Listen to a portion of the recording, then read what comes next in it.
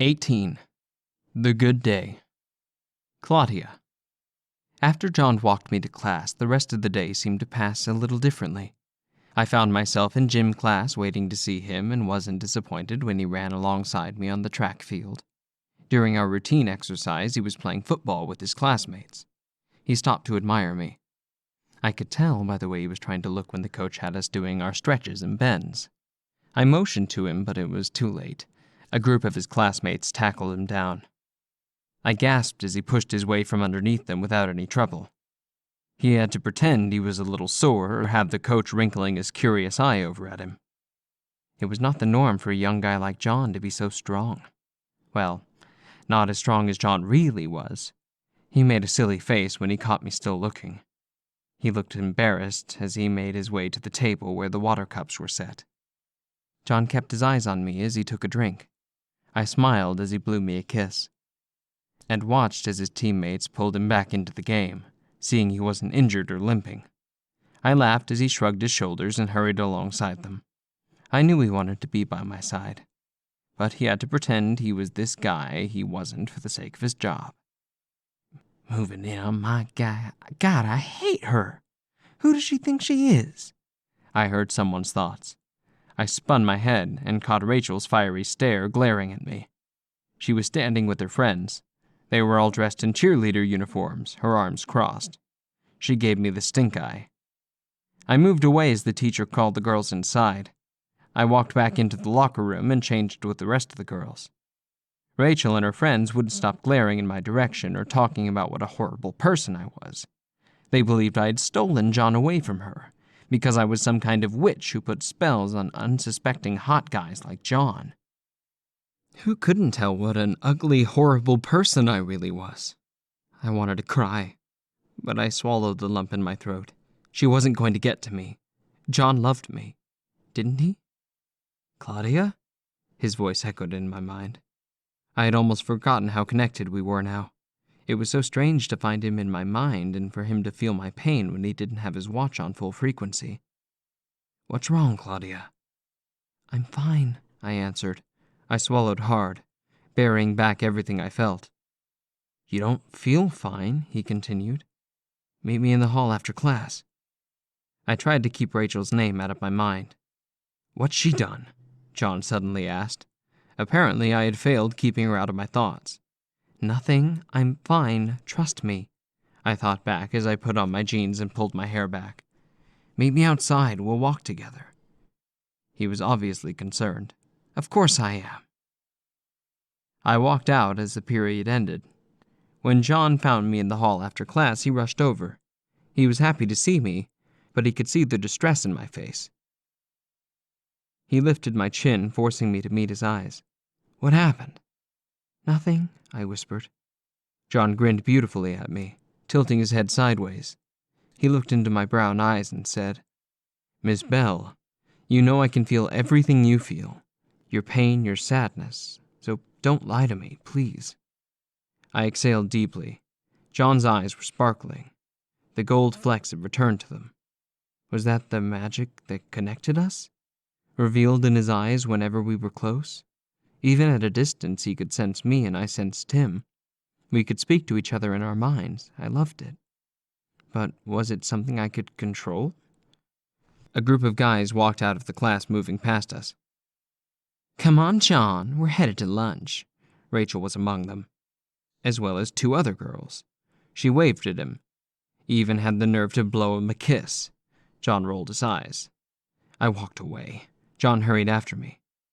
Come on, John, join us. Rachel called over to him. I'll save you a seat. Your fans are calling for you. You sure you want to talk to me? Looks like they want you, I angrily said. I was a little jealous and maybe being rude. Rachel laughed out loud, looking over at us. She must be happy she had gotten a rise out of me. She joined her cheerleading friends. They shot me a dirty look as they stopped to wait for John a fair distance down the hall. Aren't you joining them? I rudely asked, moving quickly away from him. John grabbed a hold of my arm and pulled me to him, studying the look of annoyance on my face. Hey, what's wrong? Don't do this. I love you, he said. There was a penetrating heat pouring from my body, and the emotion was consuming him, too. It was making the gold in his eyes dance again. "Don't be jealous," he grabbed me gently. "Baby." John cupped my cheek, then took my hand and pulled me close. He put my hand against his chest. The sensation raced from his body to mine straight away. I froze, staring up at him as it hit me. "Claudia?" John grabbed me as I caught Rachel looking over. He saw her as well. He quickly kissed me. A chill raced through my veins. "This is how I feel about you, Miss Bell. You know I'm crazy about you. You can feel it." As he pulled me back, I caught Rachel hurrying away angrily with her friends. John cupped my cheek once more. "I love you. I don't care about any of them. You know that. Come on. Have lunch with me, Miss Bell." He took my hand and led me into the stairwell. "Where are we going?" I asked, knowing the cafeteria was in the other direction. "Just come with me, beautiful." John led me deeper into the stairwell and up to the second floor. Minutes later, we were sitting on the same ledge and hall he had rescued me from the shadow on, and a few steps from where he had chased me up the stairwell. "You remember that end over there?" John asked, pointing to the end of the hall where the stairwell ducked down to the first floor. "How could I forget, Mr. Mueller?" I corrected myself. "That's where you chased me up the stairs." He laughed, chewing on the granola bar he had taken from his locker. "Chased? I believe I was merely trying to introduce myself, Miss Bell." John grinned. "You were just playing hard to get." I laughed. "I hope this is suitable for a first date," he said, referring to the granola bars. "Granola bars and a view of the library? This is the best date ever," I said through my laughter. John chuckled. "I promise I'll take you to a better place once we can." I came closer until his full attention was on me. "This is perfect, John Slater." I interrupted him. "Claudia, you are so amazing. In every way. You don't know how much I love you." "Yes, I do," I boldly said while tapping the side of my head gently. John laughed. "True, but can't I just have one, Miss Bell?" I smiled. "Can you just pretend not to know? Do you really want me to?" "No, you're right." I caressed his cheek. "I wish I could join you and Joseph on this dinner," I said. His words had made me wish it could be more normal between us. "It's best that you don't," he replied, knowing immediately what I was referring to. "I know. The man seriously scares me." "Yeah, he scares me too. But only because he's looking for you and I can't bear the idea of something happening to you. Or for him being the one to inflict any harm on you. What does he want with someone like me? He doesn't plan to eliminate me like the others, does he?" John wondered how I had known, but it didn't take him long to figure it out. "No, not with you. I can't begin to know what he wants, but he can't be good. The man is a scientist. He's worked with a lot of projects. I was once one of those." I gazed over at him, perplexed at the very idea of such a thing. "In what way?" I asked. I didn't feel sadness from him, just acceptance. It took me a while to realize what I was. I was always a curiosity, but in truth I was just an experiment like all those other things in his lab. John took a deep breath before continuing. "He used to watch me during my training. Every simulation he gathered more information. I wasn't sure if he was looking for the fighter in me or something else. He told me I was special, that I was an anomaly that would help him gather all the elements he required to complete his experiment. What that was, he never said. Then I joined the Venators division. 10 cadets were chosen for their skills. None could do what I could do, but they were the best of the best. They could keep up with me. They were like my brothers." "Do you miss them?" There was a glow in him, but again, nothing but acceptance of the road he had taken. John smiled, pushing back a lock of my hair. "I do. But if I had to choose between you and returning to them, you would always win. I had nothing until you came into my life. That's the honest truth. I feel like I've been missing something, and now I know what that thing is, Miss Bell." He cupped my cheek and brought his lips to touch mine. John let a breath escape. "You're the only thing that matters to me now, baby," I exhaled. He pulled me close and kissed me. A flash of his dream intoxicated my thoughts. Heavy breath stirred the tiny hairs on my arm, sending a chill up my neck. "Soon," he gasped in a soft whisper. I ran my fingers through his hair, pulling his face to my mouth. Something inside him exploded when I did that. I could hear the beating of his heart hitting the top of my head. I wonder what we looked like in that moment. In my head, I could see a yellow light surrounding us. It was making us both glow brightly, like two stars expanding and spreading over the hall. I exhaled deeply, feeling the warmth and the sensations racing inside me. I was tingling and alive. A flash of the dream submerged me into his mind. John was over me. I could see the gathering of sweat beads upon his brow. There was a sheer pleasure upon his beautiful face, along with an agonizing desire. He closed his eyes and welcomed it fully. It was overwhelming. There was no fight, no struggle, just delighted acceptance. We were at peace for a moment. John pulled back. His breath was heavy, and his face was perspiring slightly. "What just happened?" he gasped. There was a tiny grin on his lip. I was unable to answer. I was in the same condition. A light sweat had gathered on my flushed cheeks. John's eyes were glowing madly. We were both trying to catch our breaths after that strange loss of control. Was that all it was? Neither of us understood it, but our brief kiss had taken us beyond, into our deepest desires for one another. Our connection seemed to be getting stronger. "I liked that," John said through panted gasps. I was gasping in the same manner. I smiled and fell into his arms. John held me tightly until the bell rang. Our moment was over much too quickly. John kissed me and walked me to my next class. The day was slowly coming to an end. I couldn't wait to be with him again.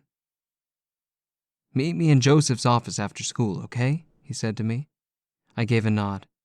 "I'll have to stop by Michael's room and let him know," I said.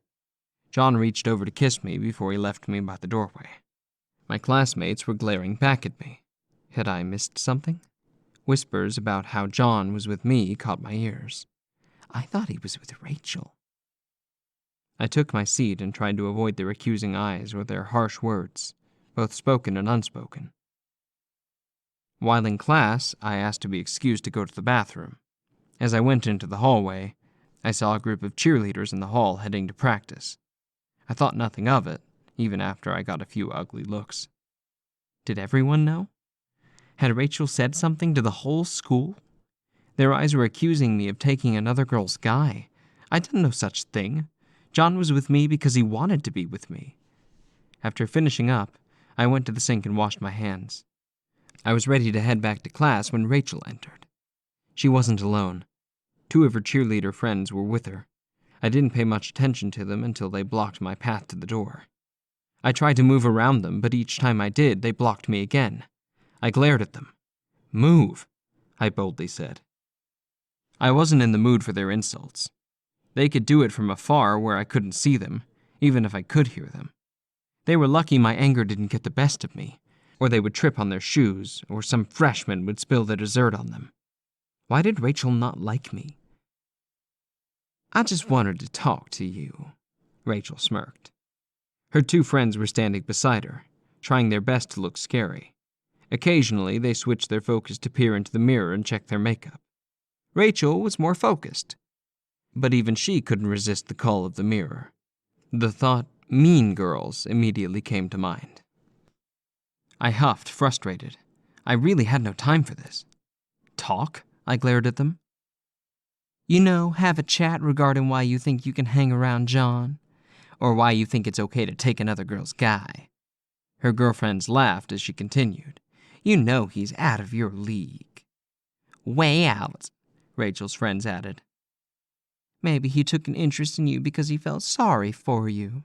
No friends, no parents, and no grandfather," She mocked a sad expression. You know, like someone who adopts a sick little puppy. Move! I beamed my angry eyes at her. Claudia, what's wrong? John's voice came into my mind. I tried avoiding thinking of Rachel's name. Nothing. This girl was interfering with my life far too much. Miss Bell, talk to me. I pushed him away. I had not intended to, but my anger was making me lose control. There was a distorted tug between us fighting. You know, he asked me to prom first. What did you do to make him change his mind? Did you put one of your weird spells on him? Her friends laughed in support. You're so weird and strange, just like your freaky grandfather. What would any guy ever see in you? What did you do to John to get him so wrapped up around your finger? She sneered. My mouth dropped slightly, shocked by her words. You're not very much to look at, Rachel glared at me, taking a step closer. Maybe he pities you. Her annoying friends began to giggle. You make me sick. Stay away from John Mueller. He's mine. Tell him you don't want to go with him to prom. Make it easy on yourself before he comes to his senses and drops you or pulls a carry on you at prom. You're not good enough for him. I wanted to cry, but I bit my lip. The voices started fluttering. Not now, I thought, but I couldn't silence them. I couldn't concentrate on anything but Rachel's cruel words. I didn't want to lose control now, not in front of her. It would just confirm everything she had just said. Get a grip, I told myself. But the voice chattered and chattered. I heard Quentin from afar. My pet, hear me. I know that you can. You must. Then his voice became staticky and distorted. His voice sounded like radio static. You are the answer I've been in search of. Come to me. I said move, I yelled. At that moment, the pipe above exploded. Water began to pour all over them as I backed away. Rachel's two companions started screaming in despair as they became soaked. Rachel frowned over at me with a fiery rage in her eyes. Her two friends raced out of the bathroom, completely soaked. Her mouth parted slowly. The fire I had noticed in her eyes before had vanished. Now there was fear and confusion in her stare. She looked up at the pipe, then down at me. You're a freak, she shouted as she backed away and ran out. The word freak echoed as the bathroom door slammed shut. The stall shuddered. But it wasn't from the slamming door. It was from my anger pouring out. There was a sudden vibration, and a ripple of water ran down each individual stall. Then it vanished as my temper settled. I stood there, glancing at the pipe above me. I knew it had frightened her. The water was cascading to the floor, but it had not touched me. In fact, the water was falling in an unusual pattern, completely avoiding me. I should have been scared she would tell others, but I wasn't. I didn't care. I didn't want to hide who I was or what I could do any longer. I just wanted to be me. Normal was something I could never be, and quite honestly, I didn't want to be. What was making me feel this way? Claudia? I heard John. I sensed his concern. Then he became distorted. His voice began to fade. Something was coming between us, like changing the channel of a radio station. I stared at the pipe for a moment and realized I could move it if I concentrated long enough. At first, it simply began to rattle a bit. Then it moved slightly. I willed it to bend back into shape, to reconnect to the other end of the pipe. With that, the water suddenly stopped. I noticed a small puddle on the floor. I concentrated again, and the water began to spin into a small whirlpool. I led the swirl into one of the stalls and into a toilet where it flushed away. With the water gone, it was as if nothing had happened. I was getting better at this. I wonder how I had grown so good at controlling my abilities. Had it been my brief encounter with Quentin? Or was it something in me changing? I didn't know how to feel about that. My pet, I heard Quentin's voice. It was all that was getting through to me now. I could feel him closing in on me, calling me to come. Come to me. Follow my senses. Don't be afraid. This is who you are meant to be. I came out of the bathroom and walked down the hallway. Above me, the bell rang. Students suddenly scattered out of their classrooms. The hallways were busy again. I moved through the crowds with ease. My ability seemed to be taking control of me. I felt free and alive, in control for the first time. I could let it consume me. Yes, allow it through. Let it flow from you, my love. This is who you are. This is who we are. Together we will be stronger than anything anyone has ever encountered. No one will ever oppose us. Now, come to me. I continued, moving past the other students. Anyone that was in my way, I simply shifted slightly and walked on. They didn't even understand what had occurred. I heard the voices far clearer than before. Above, the bell rang again, and the busy halls emptied. It became quiet again. I continued down the hall toward the side doors past the cafeteria. The doors leading to the parking lot opened for me without me so much as touching them. I stepped out as they slammed shut behind me. There I stood. The voice grew louder. My pet, I feel you. You're growing stronger, it rejoiced. I closed my eyes tightly and felt lightheaded. I felt alive and light as a feather, rising and rising. You're growing stronger, he said again. I feel you. I feel you.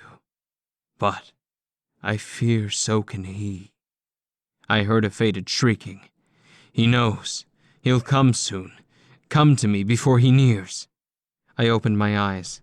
I was now sitting on the edge of a building, gazing down onto Broadway Street below. The sky above me was clear.